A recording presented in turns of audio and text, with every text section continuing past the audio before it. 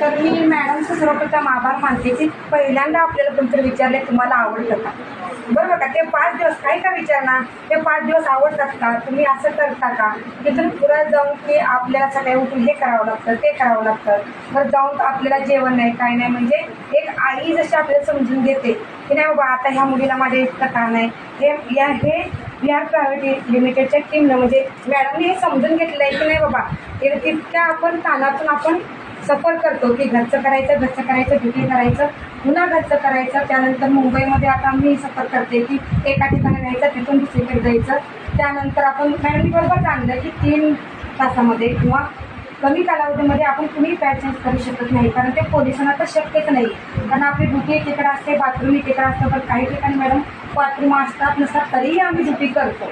म्हणजे एक प्रायव्हेट स्त्री आणि एक पोलीस, मला अभिमान आहे की या सगळ्यावर मात करून माझे